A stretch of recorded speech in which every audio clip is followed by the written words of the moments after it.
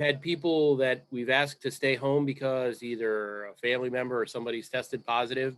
So we've had to self-quarantine some people. But outside of that, nobody's tested positive. Good, good, good. Yeah. Getting the haircut, Jim. Looking good, man. Yeah, he went kind of Peaky Blinders on me a little bit. It's like, holy cow. It's a little different. I actually got it's a nice accident, actually. So I like it. thanks.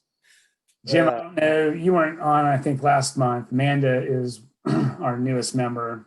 Hi, Amanda. Jim here. Nice to meet you. Yes. Nice to virtually meet you too.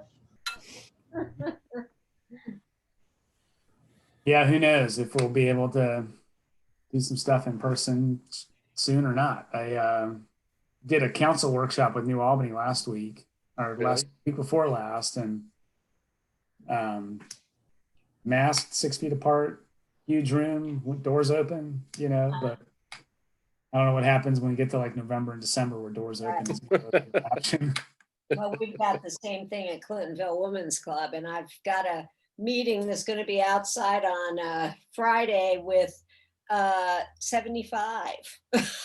Hey, there you go. Yeah, I really didn't think we'd have this many, so I am a little nervous with, you know, a bunch of old ladies being around. Yeah, but, people are dying to get out. I know, and that's, since you know, it's unfortunate.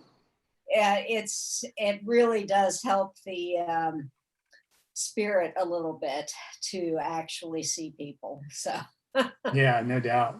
Yeah, I will say that having gone through now what 2/3 of the Clintonville Farmers Market season now, it is nice to get out on Saturdays. That is for sure. Yeah, I bet. And what's nice about our farmers market is that everybody behaves. There is, to a person, everyone's wearing their mask and they're courteous and they're waiting in line and it's yeah, and I think a lot of it has to do with a lot of people just loving to get out. Yes. Yeah. Yeah. Well, I know Amanda's got a commitment at 7:15, so she's going to leave a little early. I don't know who is hosting. I don't know if BJ you're on or somebody else is, but if you could allow me to share my screen, that'd be awesome. And we'll go ahead and get. Hey, there's BJ. There's BJ hiding in the shadows. Yeah. Zach's hanging from the rafter. Yeah, well, you know, we all got to do different things. It's on my computer. Well, I want to start by, you know, congratulating everybody, but specifically thanking Megan. Yes. For Amen.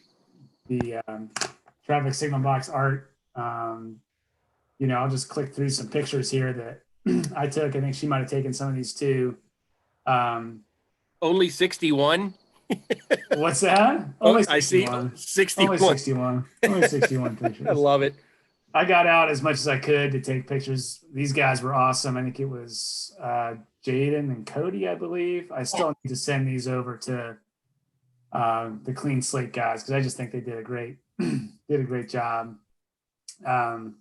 You know, just when you really look at it and watch them work, the attention to detail, and you know, there's imperfections in these boxes. The older they are, you know, just what they're able to do is really awesome. So, yeah, I looked. Someone posted a picture of the dogs at Henderson and High. Yeah. Last I looked on discussion forum, it had 700 plus likes, which that's awesome. Like zero negativity, like zero. That's awesome.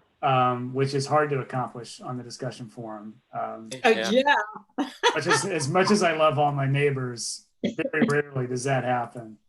And you know, I think a couple little additional pieces of money have come in. You know, we'll sort of address that, I guess. I would, you know, at this point, I want to wrap everything. You know. Yeah. Right. I want to wrap the dresser in my room. I want to wrap, you know,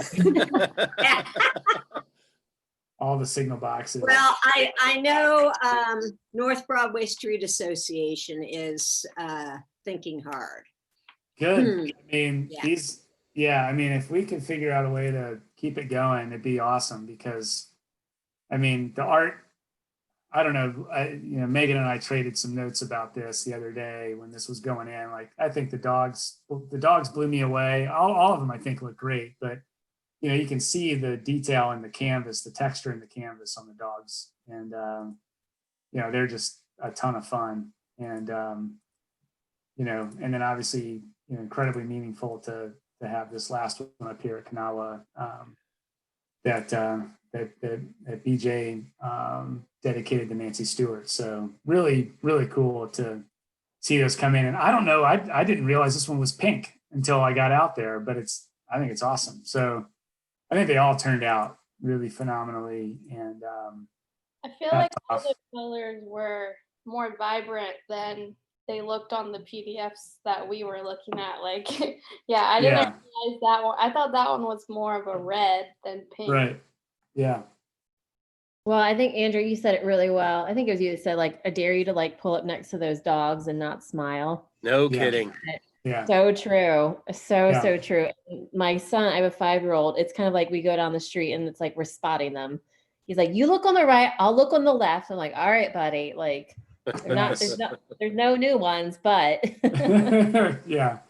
Well, I mean, I really hope that this generates some more support. I mean, that's obviously not free to get these put in, but the impact, the bang for the buck is fantastic. It'd be nice to do 5 more. So, but yeah, job well done. Thanks, Megan, for leading the charge. Really well done. Really well done. No problem. And I'm pleasantly surprised that you put in honor of Nancy Stewart on there. That's a really great thing that you did. But I think what that also does is I think that it also shows the possibility for someone else in another neighborhood to be able to make a contribution and maybe so in honor of somebody. So yeah, no, I was up there that morning. They were putting it in on my way to a meeting, and people were coming by just to check it out, and they were really excited about it. So as it was being put in, people were coming by to look at it. So it's definitely brought some people together, and awesome that we were able to add that one to the mix. So yeah, I'd love to do more of it, but we could savor some success for the moment for sure. Andrew, a lot of work. Are you able to share that via Google Drive? Absolutely. Yeah. If there's a place you want to put these pictures, I would love to do that. Just because the CAC, all of the CAC stuff is all kind of integrated through Google products like the YouTube and the website, all that stuff recognizes Google as kind of the medium. So if we could make that shareable. Yeah. And Amanda, thank you so much for your videos. But if you could make those shareable via Google Drive, that would be best. So I've already sent you 3 via Google Drive. So just make sure, let me know if you got them. Okay. I'm having to like download them, re-download them, and upload them. But there you are. You are just ninja fast reflexes. I want to get them off my phone as soon as possible. So. No more data charges, right? Okay. Yes. Storage. Yeah. Yeah, I will do that for sure. And I guess fantastic. Amanda, while we have you here for 5 minutes, and I guess Megan too, I mentioned in the comments on that discussion forum post that the videos would be up, and I think that'd be another great way to put some stuff out on social about it as another sort of 1-2 punch. What is the status of that? Do we have any sense of getting that up on the? Does all the QR codes work? I tested it. Where are we with all that? It's getting those uploaded. So I was actually just in correspondence with both Megan and Amanda today, and it would just I just had some difficulty getting onto the iCloud and doing stuff. It was just too difficult. So with the Google Drive, what I'll do is I'll put together an email to Ty Hulbert, and we'll get that blasted out on our social media outlets overnight. Cool. So so that stuff will be loaded up on that landing page, or links will be on the landing page on the Area Commission's website. Yeah. Yep. Got That's what we'll do. Got it. Cool. Great. So yeah, I think that's another great chance to let people know about it. And it's just, I don't know. I love that we didn't have to we put stuff out there, obviously, and there's a story this week, and I assume the Spotlight will do one at some point, Megan, but when their calendar sort of comes around. But I love that the community had a post about it. And when I told them, hey, videos are coming, everyone was like, oh, that's great. So a great sort of secondary chance to sort of share the story. So. Hey, Awesome. Andrew, I have a question. Is the GoFundMe still active if people want to still donate to future? It is. And that's a great question. I don't know. I saw your note, Megan, today to Mike. I'd be tempted to keep it up. You know, and just if people still give money and, you know, we get enough for another 2 boxes, and some group of people want to do one, you know, we've got some art to choose from, I think.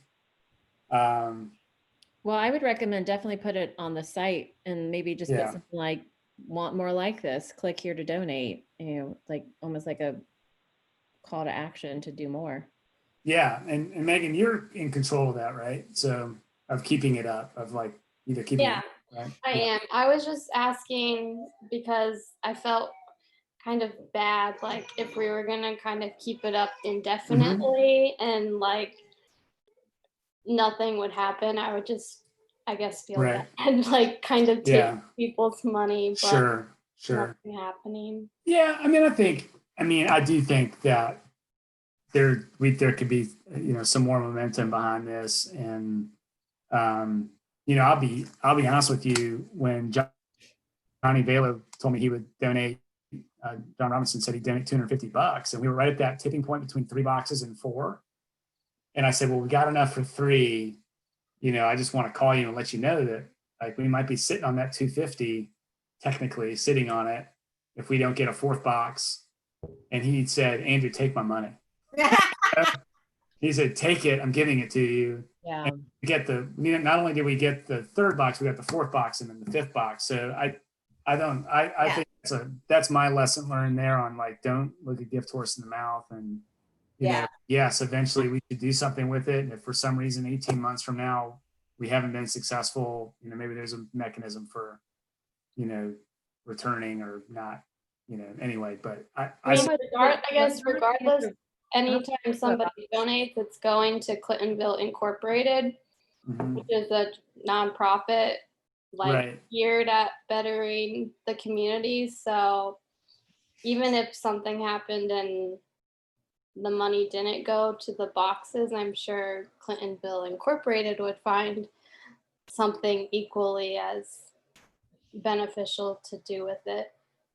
Yeah, and we should, obviously, I think you're right. Reaching out to Mike was the right thing to do, just to sort of say, hey, here's what we're thinking, and get his take on it. But I agree. Something you could say on it is, thank you for all of your support. Here's what we've accomplished, and we would love to do more if the community's behind it or something. So yeah, for sure. I think we could, especially with the new stuff that's up, and you know, I think that would be great. You know, and here's the other thing.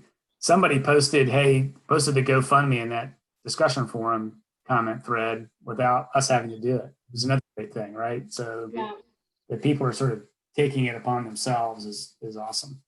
So that means we're on the right track. And I'd love to get some more money because I really want to do the elephant butt one. I don't know if you remember that one, but I know it didn't rank real high, but let me tell you, that would get people's attention. It might cause an accident too.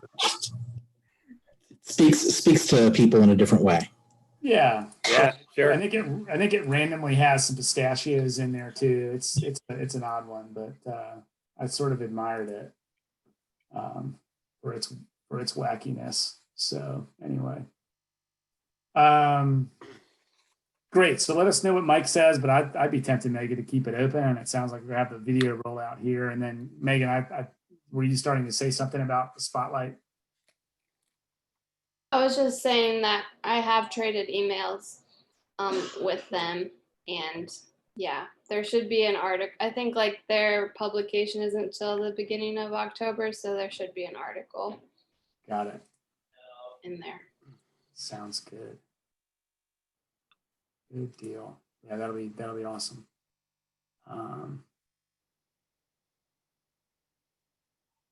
Okay. Here, I'm just gonna put it up there because I can't stop thinking about it. For those of you that don't The elephant butts. I think the pistachio might have been on the other one this guy submitted, but anyway. I like the whimsy of that one. Cool. Good. Well, Amanda, thank you so much for the videos. I can't wait to watch them. Let's coordinate on sort of the social rollout there, and yeah, let us know, Megan, what Mike says on the keeping the GoFundMe open.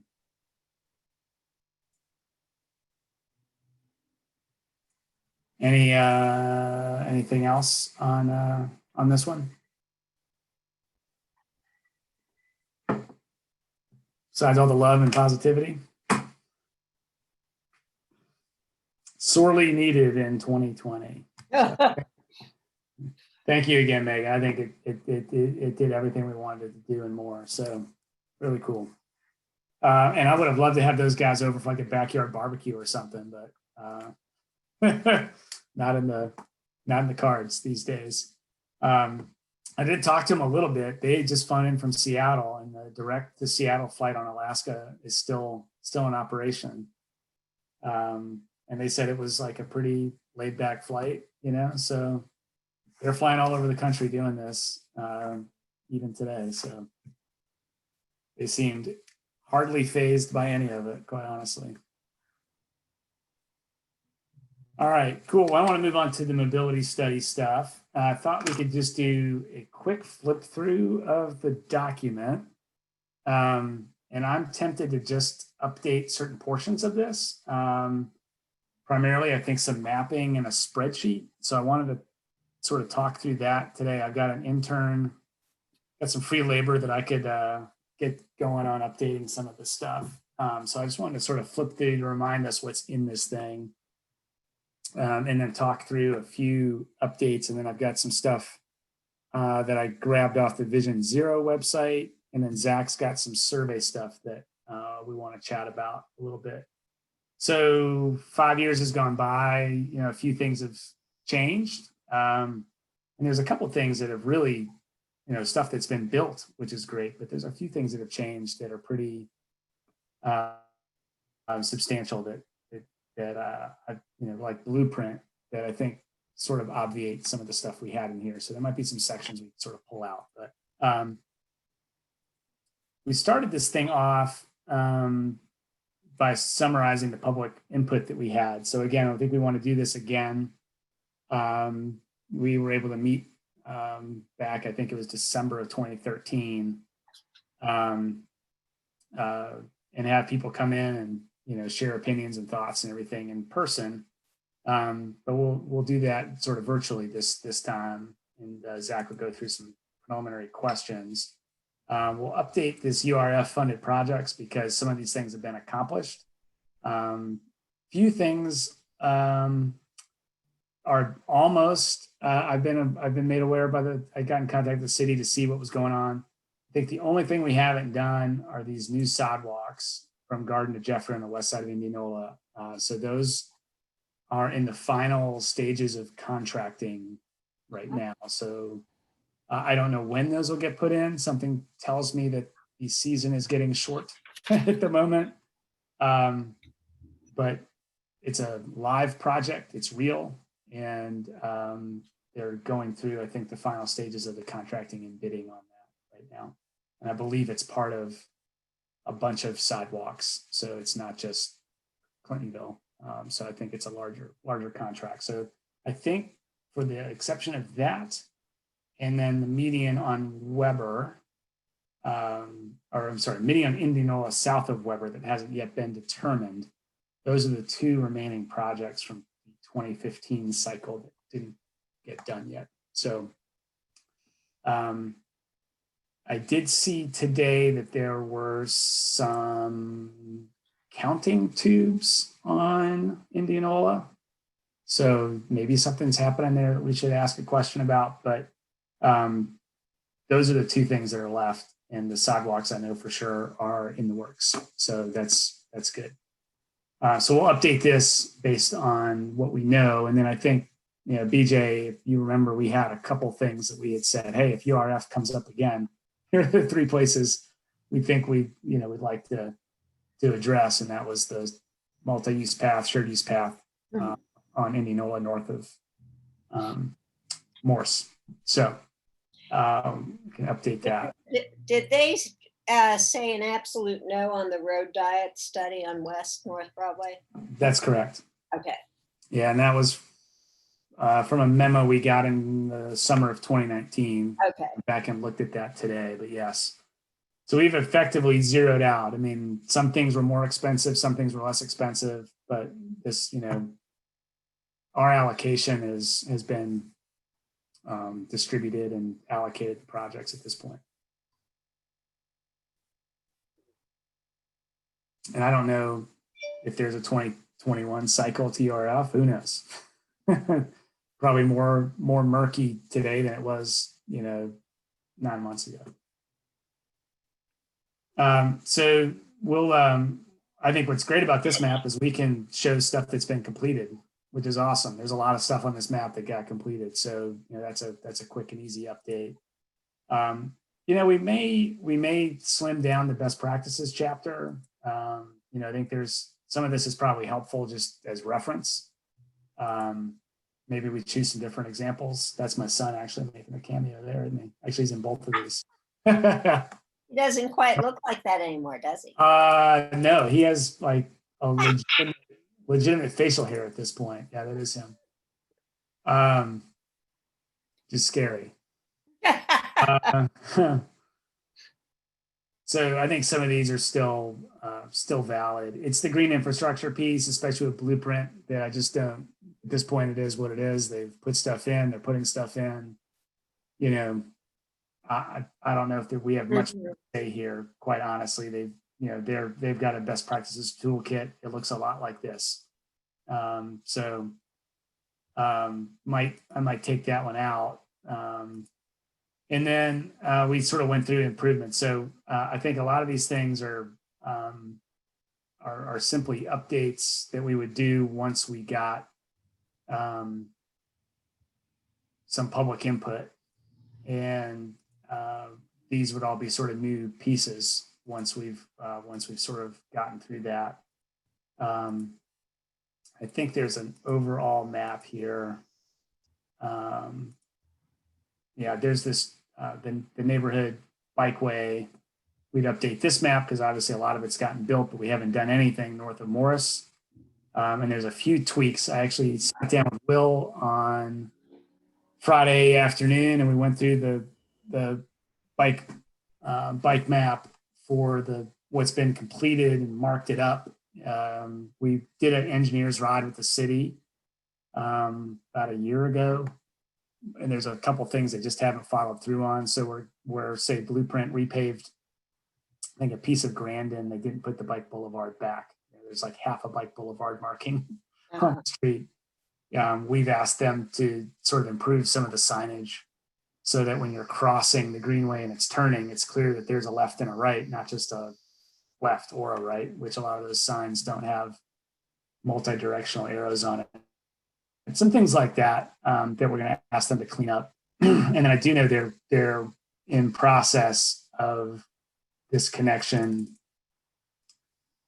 here, which we had in sort of phase 2, this connection through to Rathbone and up into Graceland is in the works. This is signage and then a multi-use path to sort of connect in. So things are going to look a little bit different because as they've laid out, as the city's done it. So we have to update this.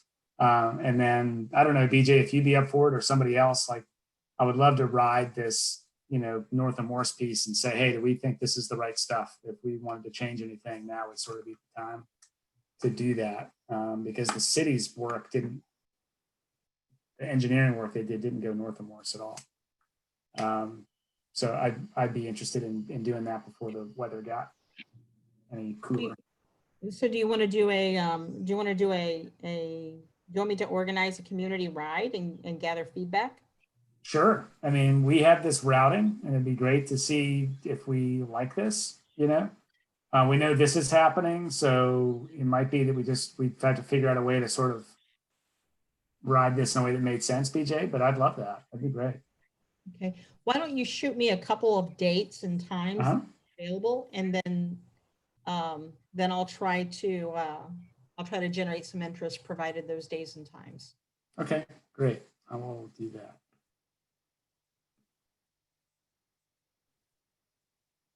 All right. So,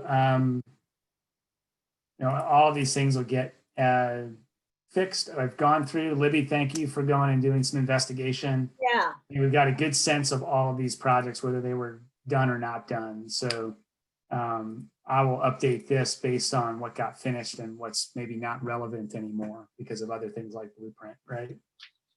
So thanks for doing that photo inventory. That'll help get that right. Which takes me to, I'll pull up the Vision Zero map here. 1 second. So if you haven't been to the Vision Zero website, I don't know. Oh, here it is. It's just Vision-Zero-Columbus Hub. I'll put this in the chat.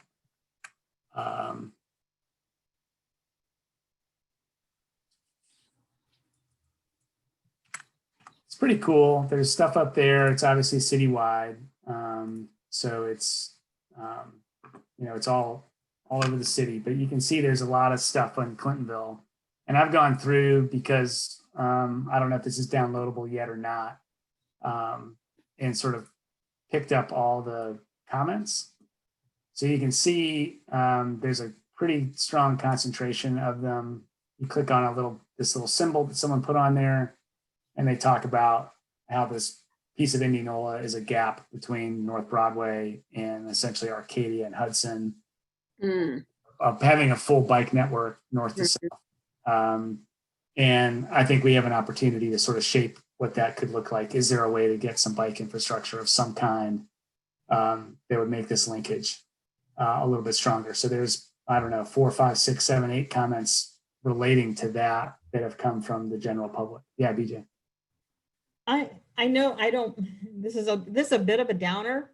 Yeah. But, I'm curious to learn, when people hit pedestrians or they hit bicyclists with their cars, they're never cited.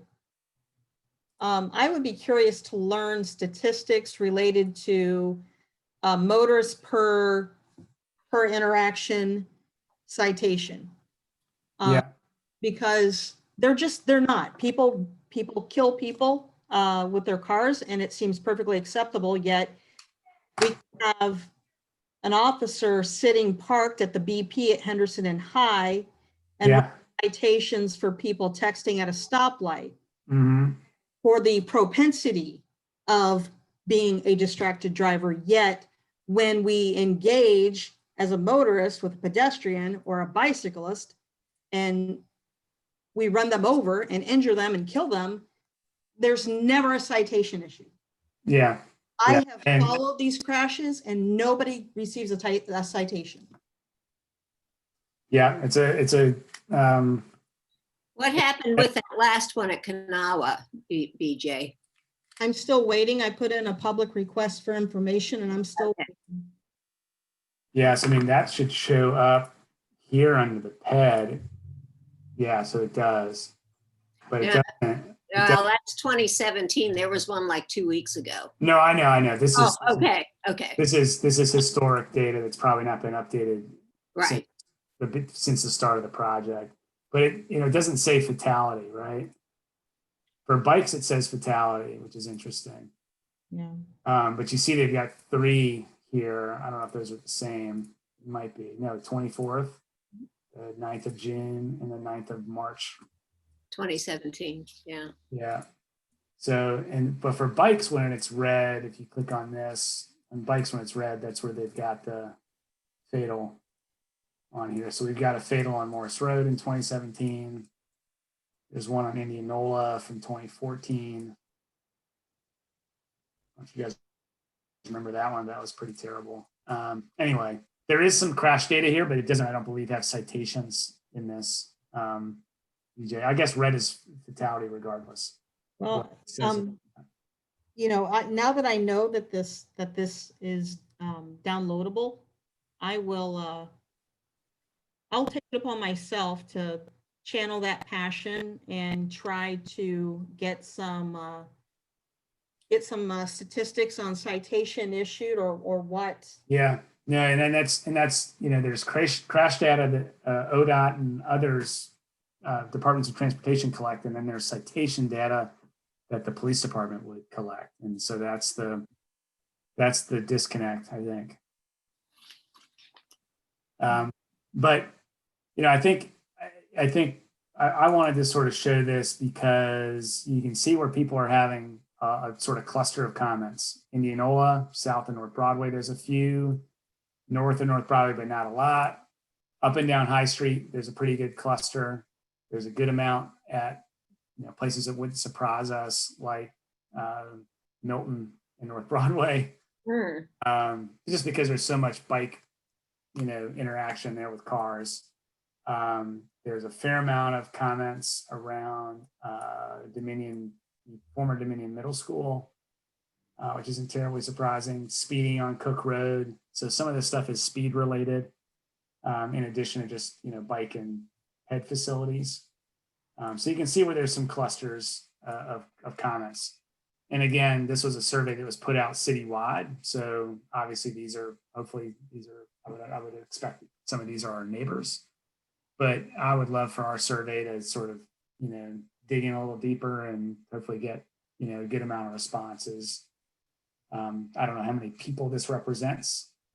It's certainly a snapshot and can help us illustrate where there's some flashpoints of conflict. This is sort of, I think what we asked last time was how do we make it safer to move around our neighborhood in all modes of transportation? And that's really what the focus was. We generated a lot of really good ideas from the community. The other piece that we don't have that we included in the mobility study last time was a URF survey the city put out when they did that call in 2015 or as part of the 2015 URF. But I think we could supplement that with our survey. So anyway, there's some things that are already pointing to some data points. And I think there's some unfinished work here to fill this gap on Indianola between North Broadway and sort of Arcadia Hudson. Tricky thing there because, we've got limited right of way, but, to be sort of creative on what a bike infrastructure solution could be there to sort of serve all masters. But it'd be nice to sort of nudge the city in that direction and see what we can come up with. So anyway, this is a starting point. I think we've got a good handle on what's been done since the last time we did this. Now that we really pivot toward what are some community ideas and how to go about that. So Zach, I've got the file up that you shared, and hopefully that's viewable to everybody. I can go single page if that's better, but I'll let you maybe, Zach, walk through what you've sort of put together here as a potential survey. Yeah, absolutely. So, hello everyone. I hope everyone's having a great Tuesday evening. So this is just kind of a first stab at this. There is no sacred cow here, if that makes any sense, but I can kind of walk you through kind of my initial logic, and we can kind of build off of that, I hope. So the first question is a pretty simple question about what year you were born. what I find is that that question is really good for helping us understand kind of generations. We don't want to ask what age are you, because one, a lot of people actually have trouble remembering their age, which I find both funny and kind of interesting. But then two, a lot of people actually don't like revealing their age. So asking birth year is a pretty good way to get at that information for generational break purposes, which I think is going to be interesting to look at. And then the non-qualifies there. So that's basically anybody under 18 years of age. We don't necessarily have to have that requirement. If we want to get sample from people that are younger than 18 years of age, we can do that. But it's just an idea. And then before 1930, I have doubts that anybody 90 years old or older will be answering the survey.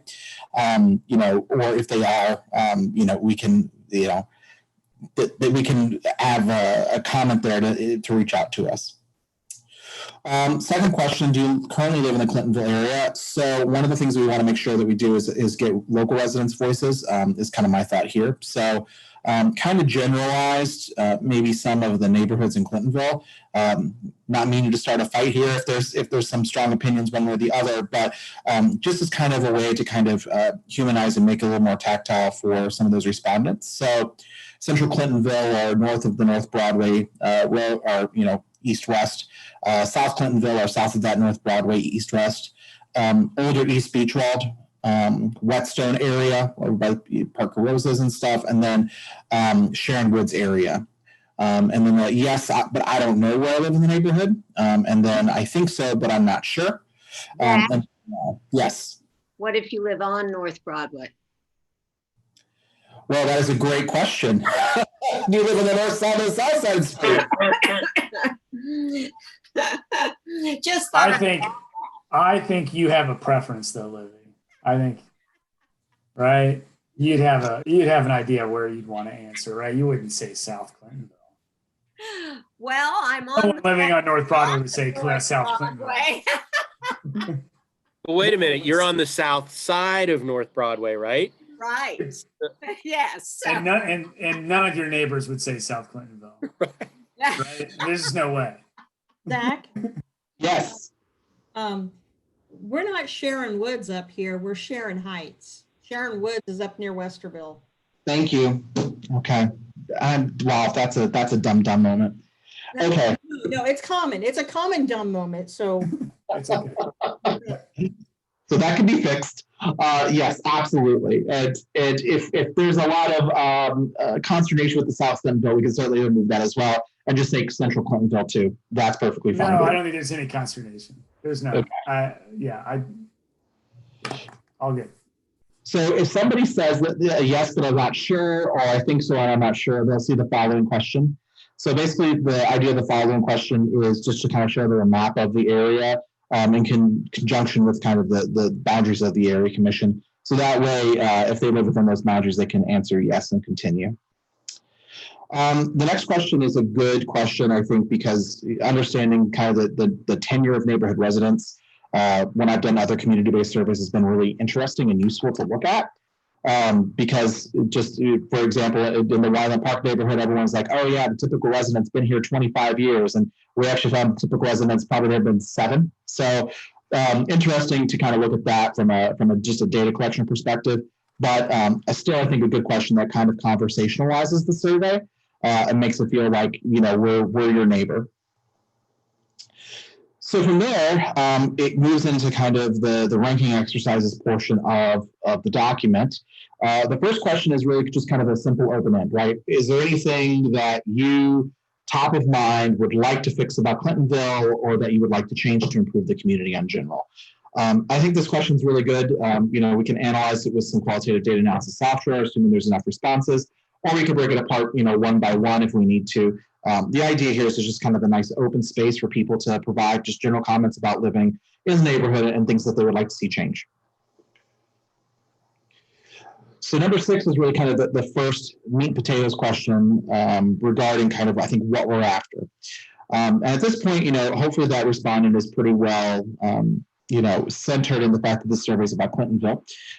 So what I did is I actually looked at the list that Andrew sent over to me, and I kind of tried to generalize and humanize some of the plannerese and some of the technical lingo that often gets used in these planning documents, and trying to kind of help residents. I'm sorry, I almost said consumers because that's the word I use all day every day. Residents understand and kind of provide some guidance to us around kind of where, if you had to pick, if you had to rank these, what would you rank highest and what would you rank lowest? Whatever survey platform we decide using, I have several at my disposal. This is a pretty easy exercise, and it's a drag and drop exercise. I am aware that for people, typically older than 50, drag and drop exercises tend to be a little bit more of a challenge, just because the tactile and the touching, and millennials and Gen Z and Gen Xers are so used to touching everything all the time. But and that obviously that gets more difficult with age, or less common with age. But the idea here is that hopefully, you drag and drop, you can kind of prioritize what you're looking to do. So I generalize these items into kind of improving those alleys and curbs. Kind of thought that those two kind of had a natural kind of harmony together, because they're, kind of the forgotten infrastructure. Connecting and repairing sidewalks, I think that's going to be an interesting one to see. Improving traffic flow in roadways and intersections. So this is primarily focusing on, giving the examples of stoplights and walk signals. Improving appearances of roadways, right? Because we have median planters, we have flowers, we have signage, we have other things too. Even decorative lighting could fit under this category, even though there is a street lighting component at the bottom. Adding additional multi-use paths. So, and maybe that's, we expand that to include bikeways, or transit options. Yeah. Just thinking out loud. Implementing additional traffic calming measures. So I don't know if this is the best way to word this yet, but it's using the language. Hopefully people know what that means. So you may want to think a little bit more on that. But then improving parks and public spaces seems to make a lot of sense. Improving natural amenities in the environment. So this would be, riparian stuff that we're used to talking about. So streams, street trees, pollinator gardens, etc. And then adding street lighting is the last one, because there were several people that noted that there were some dark areas in the community. So the idea here is that this list would actually be randomized. And we want to do that so that way we can actually get a real ranking of the hierarchy, without actually kind of leading people, having this list kind of in this order, right? Because you might see this list in this order and you may click and drag as you want to, and you may just click and drag over just to kind of get through the exercise. Yeah. So Zach, I think a couple of things come to mind. I think it would be good to distinguish in two separate bullet points between off-street facilities like multi-use paths and on-street, where we might say on-street bike infrastructure, such as Sharrows, bike boulevards, bike lanes, cycle tracks, just to give some examples of the types of thing. Yeah. And so that'd be a separate one from walking and biking in the multi-use paths. Under traffic calming measures, I think we could put some other stuff in parentheses as examples, whether it's crosswalks, lights, street lights, some other things that are traffic calming that people might recognize. Maybe not an exhaustive list, but something that make people understand what it is. And then you said transit. I think that's an interesting one. While I don't know if we can influence, transit service, we probably could emphasize accessibility of transit stops and the facilities around them. So whether that's a shelter, or what I see every time I drive up High Street and there's a bus that comes down Morris, it stops as it turns right onto High Street, and people run across the street in the middle of the road to get across to the other side of High Street where they're headed southbound next. And so to me, it's about, maybe it's not adding transit stops or improving service, but it might be access and safety and comfort at our existing CODA bus stops. But otherwise, I think it's a great list. Yeah, and with transit too, I mean, bus shelters obviously too, and we also have the 2 park and rides in the neighborhood Right. as well. So from there, once they kind of rank these, I don't want to overburden the respondent. We already live in a pretty over-surveyed world, and I really want to try to keep the survey under 10 minutes if possible. So I know that there's a big long list of items that we have that we're particularly interested in, and I think maybe revising that list of items is what will be really, really good for us. And then that basically longer list of items would go there. And what would happen is the respondent would basically see, the top 3 ranked items, all of the items associated with those top 3 items, right? As a way to basically say, okay, if these are the top 3 you're most interested in terms of a broad category, specifically which in these broad categories would you be most interested in seeing? Is my initial thought. Now, I will note, this is not the only potential treatment that we have, right? There's a whole other set of more complex survey methodologies that I can apply if we want to. That includes something called a max diff, which is, sorry for the barking French bulldog, a max diff, which basically is best worst choice tournament. So basically it'll give a respondent 5 options or 4 options or 6 options. And the respondent will basically say, oh, I like this one the best and I like this one the worst. And we'll go through this exercise, maybe up to 12 times, just depending on how many survey respondents we have and how many respondents we need in order to make a judgment call, and how many items we have on that list. So that's another potential avenue. And all of the items could go in there potentially, or it could be something called an express max diff, which I'm getting too technical perhaps, but subsets of items within that list. So there's a lot of different treatments that we have. It just depends on really what that list looks like at the end of the day, based on kind of what I would recommend. But basically what I'm seeing now is that just kind of a second list where they pick maybe the top 5 items could work really well for a project like this. Zach, what would be a good way, because I think what we were able to do in the last go around, it was identify some places where they would make these interventions. Right. We could ask for people to say, where, select 5 items and where you would like to see them put. So hopefully that sort of assumes that people know their neighborhood well enough. So a couple of ideas are, just specific kind of, we can say, do you have a specific location in mind for any improvements? We can ask that question later on. Mm-hmm. We could even potentially have specific items. So like crosswalk in Indianola and Garden Road, right? Something like that, where we have kind of a short list of hyper-specific things that we want to get their feedback on as well. Yeah, so, I would be interested in getting, I don't know if we know enough yet to do hyper-specific. I would be interested in a methodology to ask them to sort of, hey, if you want to improve this, alley, which alley is it? If you want to put bike infrastructure somewhere, where do you think it's missing? That kind of thing. If you feel unsafe crossing the street somewhere, what intersection is bothering you the most? Yeah. The other thing we could do too, and this would be something that would be a little different than maybe what I've done before, but it's definitely possible. Unfortunately, I don't have access to ArcGIS anymore, but with the ArcGIS stories mode, I actually believe that you can put survey questions into ArcGIS stories mode and have people click through and say, I like this or I don't like this. So that's another potential option too, if you wanted to do it from a map perspective. But again, the kind of the benefit is yes, it gets more specific, but the drawback is that a lot of people don't necessarily, maybe in the Clintonville neighborhood, not necessarily all the neighborhoods in the city, but maybe in the Clintonville neighborhood, we know our neighborhood a little bit better. But even most people looking at a map, it's really hard for them to pinpoint where they live or where things are on the map without kind of excessive, wayfinding on the map. Yeah.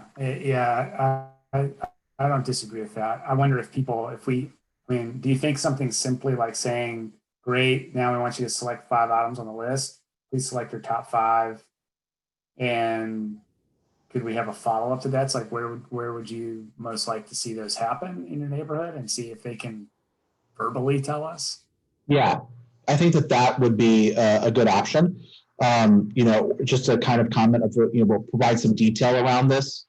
The way that this is constructed is I really think that's going to help help prioritize the list of options, right? Because I know that one of the challenging things is, when you're going out to the community is you have all these really great ideas, but what do you do first? What would make the most impact? And having that information, I think, is going to be really useful for not just this committee, but for the larger Clintonville Area Commission as well. Yeah. I think, that was the one thing that we were able to do was get really specific with places, and that's what we really need, I think. Specific interventions when we sort of created the mobility study the last time. Yeah. So. And the other problem too is when asking for kind of specific interventions, I think the urban nerds of the world, as it were, are going to have much more specific recommendations. So I don't want to tune out just kind of the typical resident that's just walking the neighborhood. And I think this kind of might balance both of those interests. Yeah, that's right. So there might be somebody who can specifically say exactly where they want to put it. And there's some people that might not be able to do that. Seems kind of like question 5 is putting the cart before the horse. And maybe I'm not good on surveys, but it seems like that question should come after 6 and maybe 7. I don't know. Yeah, I think that there is ample opportunity to rearrange that. Again, there are no sacred cows here, so I'm not personally offended. But yeah, no, that's a great idea. Certainly moving it to after 7 could be a way to do that, to solicit that input as well. So, it just depends on, one of the things I like about writing surveys is if we can kill multiple birds with one stone. I think that's always good. Question 5, maybe if rephrased a little bit, could be, a positive PR spin question if you guys are interested in having that. But, just generally speaking, that could be moved after 7 very easily. Also, I'm really sorry for the camera angle. I feel like I'm like lording over you guys. Oh, no, but it was kind of funny when you were typing. Your hands were like little small. No, just fine. And I'm really far away, so. Hey, I just wanted to add for question 2. I think a lot of people might not know specifically which area of Clintonville they live in by the names of those. And I'm thinking if people end up selecting yes, but I don't know the neighborhood, or I think so, or I'm not sure, kind of devalues the responses we get later on. I'm just wondering if we can add more descriptions to each of the individual neighborhoods. Yeah, the other idea I had too is kind of what's the nearest cross street or intersection. Yeah, we could ask what street people live on. Yeah, and I like intersection because it's still anonymous, right? And I don't want to creep people out being like, "What's your address?" Right. I mean, do people know what CAC district they live in? I mean, if we were to put up a map that says, "Hey, are you in district?" I mean, no. Is that too broad? Yeah. Well, I don't know. If it's I think that's more broad. No.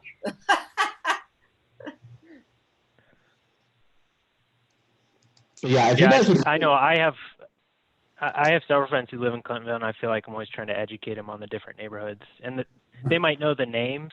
And I'm just speaking from personal experience. They know the names of the different neighborhoods, but they don't know where the borders are. And the borders are fuzzy too. There's not hard and fast borders. Yeah. Speaking as someone who we taught that to students for a while, So yeah, if we want to change that to a cross-street question, absolutely open to that. That was another idea I had for that one. Yeah. Yeah, I'm going to show you this. We did this for a project, and people can sort of write stuff on here. I believe this is either a wiki map or like a Google My Maps. And people can sort of write on it, but to your point, it does require you to go through a few steps and to sort of know what you're doing. So, you're able to sort of zoom in on this and see people's ideas. And people really got into it. So, I mean, we could try this as a secondary exercise to see if people could do it. I believe this is a free plugin. Andrew, is that something where you draw the borders of the neighborhoods and then they just select? So it sort of comes preloaded with the neighborhood boundary, or we created that, but I could do that. And then, I mean, some people got sort of out beyond the boundary, but most people respected it. Mhm. And then they sort of put their ideas in. And it happens in real time. So, I mean, it's it gives us another sort of set of data and something that's you can see where a lot of people prioritize this road because they drew on it a couple times, where they wanted to see improvements made. So, this might be I believe it's a free plugin. I'll check with our tech guy that did all this stuff for this project, but it could easily link back, Zach, to your categories of idea, right? So they'd say, this is my priority.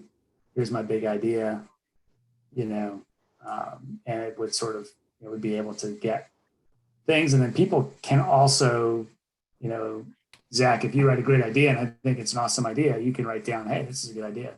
Somebody else can sort of comment back on it. Yeah. Now this is on a website, so we have to figure out how to do that. It may have to be hosted somewhere. It might have to be hosted on the area commission's website as sort of a click-through link, so I can follow up on the best way to do that.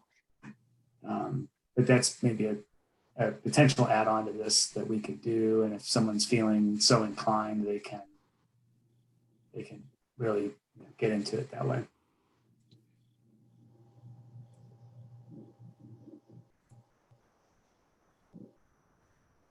Yeah, I know other things that I've seen people do in the past too. It'd be simple stuff too is, if you're looking to get information on walkability, doing a walkability audit or a bikeability, and I know that you guys have probably done a lot of that stuff in the past, but just other ideas too.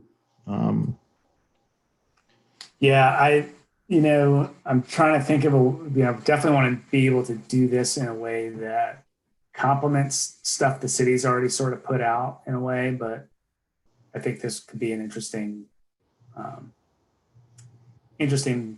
one to try, and we could kick it around a little bit, but it would be awesome to I guess we could either ask people to tell us where they'd like to see this happen, and then if we want to link to a map, we could do it. So let me figure that out, and Zach, you and I can talk about it. But I generally think the survey's solid. Yeah, I mean, and really, it just comes down to, maybe we even ask them, would you rather tell us on a map, or would you rather tell us in a survey? And then, it puts more work on us to have to put it together, but, kind of meeting people in their space that they were doing it could be interesting as well. Yeah, I'll work on how difficult it is to integrate the map, and I do think it would be interesting, just to go back to the screener question. I do think there's some teenagers that would be interested in answering these questions. My 14-year-old is biking around the neighborhood and has opinions. And there may not be very many of them, but I don't know if we get into sort of some weird age things, but that's a pretty when you're doing research like this, that's a pretty common thing. But because this is public facing, I don't have any issue with removing that stipulation unless there's somebody on the committee that has an outspoken thought around if we shouldn't be surveying minors or not. Again, just presenting options. Yeah, I don't know if it's a game break. I don't know if I'd bother with the qualifier. I think just let's see what happens.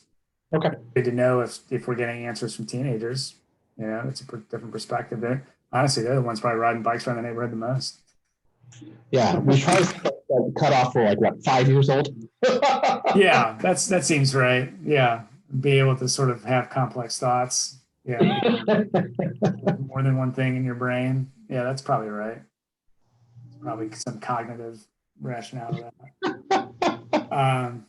So let me look into the mapping piece, but generally I think with a couple of tweaks, I love this, and I think it'd be great to put it out there and just sort of see what we get. It'd be helpful. People are really, I think, answering surveys well these days. I think I'm seeing stronger results in the work that we're doing personally. I think we've got good methods of reaching out to people, whether it's, you know, online or Facebook or socials or, you know, newspaper stuff. So I think we could get the word out. I think we keep it open for a good long time, you know, maybe six weeks or something like that, to give us time to, you know, hit a bunch of cycles of local news. And you asked how many people we have been getting. I mean, we got almost 800 people, I think, to answer the survey for the traffic signal box part. Obviously, that was a fun survey, but I think I don't know if we have the numbers in here, but I believe it was I think it was 798. Okay, and the other thing too is, you know, I want to think about how do we make the survey engaging? Because I'll be honest, like, if I were a resident taking the survey, I would be very excited to take it because it's me. And we are excited to take it because it's us. But, you know, how do we really kind of get at that median resident? Because that's much harder to get at.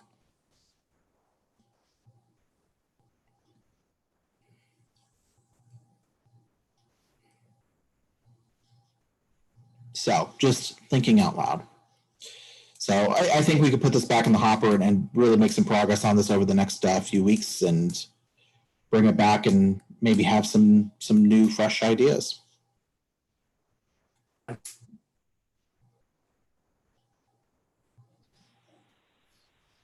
Looks like Andrew. I think it looks nice. It's a great start. Thanks for pulling it together. No problem.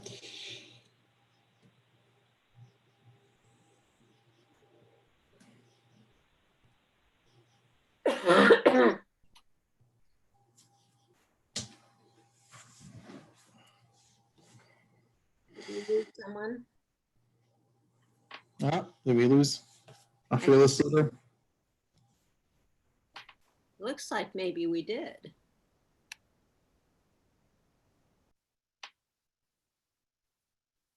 Zach, you're on mute. Sorry, my internet dropped out. Oh, okay. That must be a sign that we should wrap up. Yeah. Would there be any objections to finding a way to send this out prior to the next meeting if we feel good about it? I mean, we could send it back around and build it and get just sort of comments from people. Yeah, no, I think that'd be fine, because then, you know, after the next meeting, we'd be getting into some holiday stuff and stuff like that. So it might be good to get it out before the next meeting. Yeah, our next meeting is 1, 2, 3. Yeah, it's late October, so we sort of met a week earlier than we usually do here, and we're going to meet sort of at the very end of the month next month. So I'd like to think between now and the 27th of October, we can make some progress and pass that around via email and sure, get it out there. Yeah, and if we get enough feedback via email, I can even get it programmed and we can all kind of test it and play around with it. And yeah, that'd be great. Find is sometimes it takes programming it for people to actually have real feedback. So would love to be able to get that programmed real quickly and send that out to everyone. And again, like I said, it depends on what we want to do. I have a lot of different avenues, a lot of different tools I can use in my toolkit. So okay, no, that's great, Zach. I appreciate your expertise on this. It's been a little eye-opening to think about different ways to do this. So yeah, this is great. This is great. So I'll work on the sort of map plugin. We'll see what we can do with that. And we'll go from there. Yeah, we might be able to even integrate, not with one of my platforms, with the other one, we might be able to even integrate wiki mapping. So we'll see. Okay, perfect. Sounds awesome.